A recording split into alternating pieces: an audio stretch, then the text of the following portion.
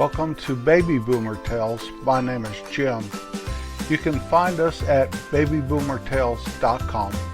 Once you've arrived at our webpage, there are links to our Facebook page, our Boomers General Store, many links to where you can listen to Baby Boomer Tales podcast, a link to buy our book, Got a Job, link to our LinkedIn page, and our Twitter page, or they call it X now.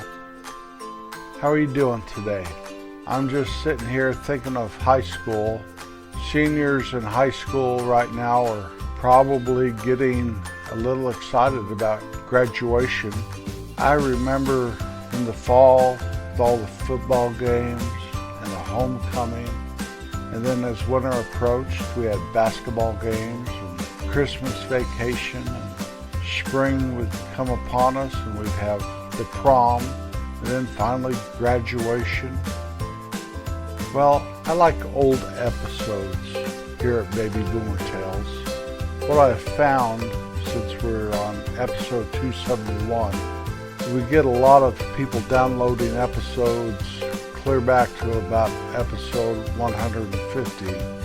Then it tapers off, and some of the older episodes, I started to find my groove about episode 10. And I think there's some very good ones in there. So I've decided here last year to once a quarter bring a silver edition, one of the older episodes, usually before episode 100. So we're bringing you an old edition from September of 2019, episode 32, titled The Letter Jacket today. It won't be the total episode in its entirety. I'm trying to keep this to 15 minutes, so there's some things I left out, but the whole part of the letter jacket is in this. I hope you enjoy it. I enjoyed listening to it the other day when I made the decision this would be our silver edition. So let's get on with this, see how it comes out. I'll see you on the other side. I'll close this out after the silver oldie is done playing. High schools and colleges, if you go to campuses, you'll still see people in leather jackets and leather sweaters supporting their school colors, advertising if the person was an athlete or in some sort of extracurricular that they received a letter, or if they're a girlfriend to an athlete or a boyfriend to an athlete, I guess. When I was a freshman in high school, in the spring, our football coach really encouraged you to go out for track if you were planning on going out for football in the fall, since he was the track coach. And so I went out for track, and I didn't know what I was going to do. I wasn't very big, and I don't think I was very fast. I ended up on a 1-mile relay team. I think we each ran a quarter of a mile, and there were 4 of us little freshmen on the team, and we had no track meets that I remember. If there were track meets, our little team didn't go to them, our little mile relay track team. Then came the district meet, and Coach informed us that we'd be running in the district meet. So, okay.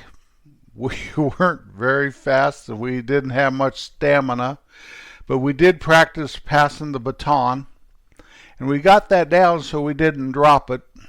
We did what Coach said, and comes the time for the meet, and we had to get on a bus and go probably 120, 130 miles to the west to a town much larger than our town, and it was kind of in the high Colorado plains, which is kind of like high desert.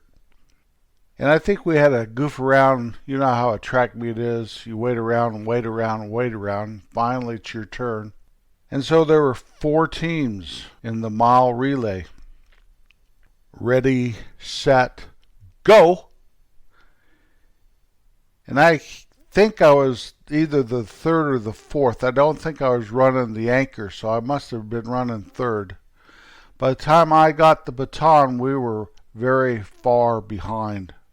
Very, very far behind. And I remember running my leg of the race, thinking, this is awful.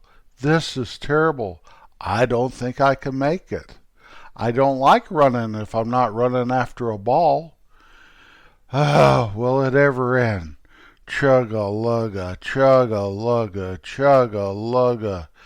Finally, I handed the baton over to our anchor, and away he went, just as slow as me.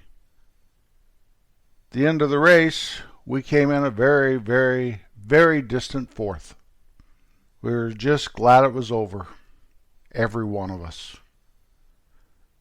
After the track meet, we all got in the bus to head back home, and Coach stood up and he informed us that to get a letter in track that year, you had to come in fourth or better in the district meet to achieve that letter. He started reading off the names, and there were a bunch of juniors and seniors that were very good athletes that did not letter. And then he read our names, the mile relay team. And because even though we were probably the slowest bunch of runners in the whole track meet, and we came in a very, very, very distant fourth place, we did come in fourth, and we lettered. And that didn't set well with some of the upperclassmen. I remembered that. Driving home, every one of us got pantsed, and my pants ended up blowing in the breeze outside a bus window all the way home. And I sat there on the bus, downtrodden, embarrassed, humiliated in my whitey-tidies. The next day, or the next school day, mile relay team and I talked about our agony of defeat and thrill of victory. Or is it the thrill of victory and agony of defeat? Winning a letter and losing our britches. And right then and there, I decided I lettered in track. I am going to get a letter jacket. I'm going to wear that proudly. I lettered. I will show those upperclassmen who are so mean. Now, I have forgiven those guys long, long ago. Back then, that was a rite of passage. To have something horrible and terrible happen to you by seniors when you're a freshman in an athletic sport. When I did finally become a senior, I tried in football one time. I had a freshman polish my cleats before a game, and I decided right then and there, I'm going to polish my own cleats. I'm not going to do that anymore. And I can't remember my class ever putting the freshmen through anything. They were still freshmen, don't get me wrong. But anyway, so I went down to the store and had Jay measure me up for a letter jacket. Jay was a master at that. That store custom made your letter jacket for you for every kid that ever wanted one. And when mine came in, it was a little big on me, but you know what? That sucker fit me all through high school. Jay knew exactly how big he'd make it without being too big, that I could wear it right through high school. And I wore it proudly, and I got other letters as the years went by, and I wore that jacket proudly. That was my main coat. I wore it all the time. One time in my senior year, in the fall, 3 of us decided we were going to go to Denver to a Doors concert. Remember the Doors, Jim Morrison, Light My Fire. They were coming to Denver, and we decided to go. And I believe memory serves me right. I believe it was Wayne and John, who was Dave's brother, and myself. So Saturday came around, and I believe I drove, and we went to Denver. And we went to this place called the Family Dog. And it was getting dark when we pulled up because the concert didn't probably start till 9 o'clock or something. I remember the date well because I looked it up. I Googled it today. September 30th, 1967. 3 of us piled out, and I know I was wearing my leather jacket. And I believe those 2 guys were wearing theirs also. It's what you did up there in the mountains. We had beetle bangs and leather jackets on.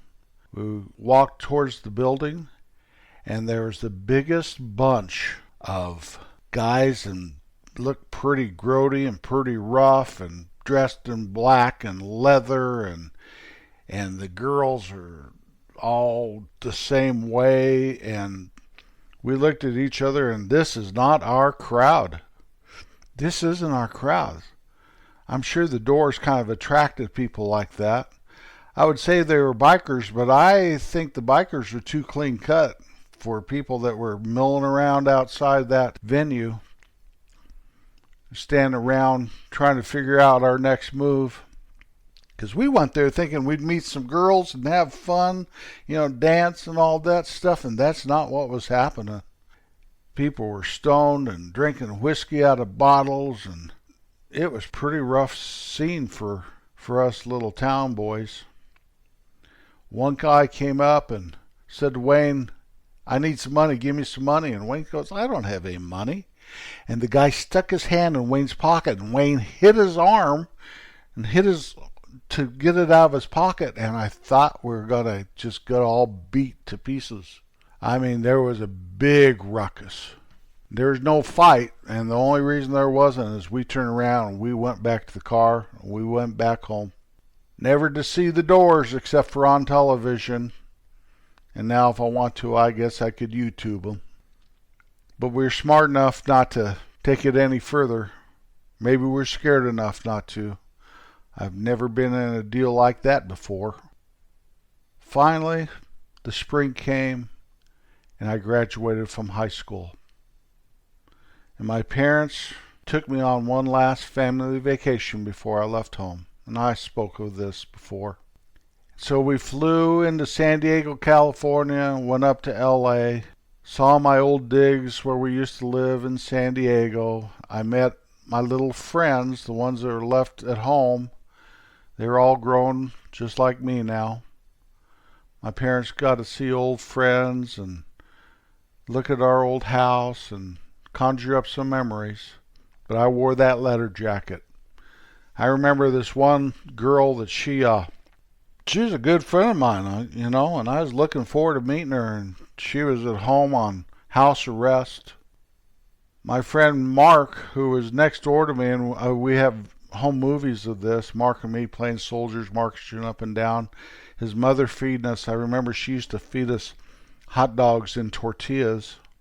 And he was wild. He was nice, but he wasn't the little boy that I marched up and down with. I'm sure he thought the same about me. Who's this guy standing in a leather jacket? Everywhere I went, Disneyland, all this stuff, I wore my leather jacket. I'm sure I stuck out like a sore thumb. When we got home from vacation, I put my leather jacket up, never to see it or wear it for another 45 years. I'd almost totally forgotten about it. About 5 years ago, I had lost a bunch of weight, and my wife dug that sucker out of a closet somewhere, brought it to me, and we laughed. I looked at it, and she talked me into putting it on, and thank you, Jay, it still fit. Amazing.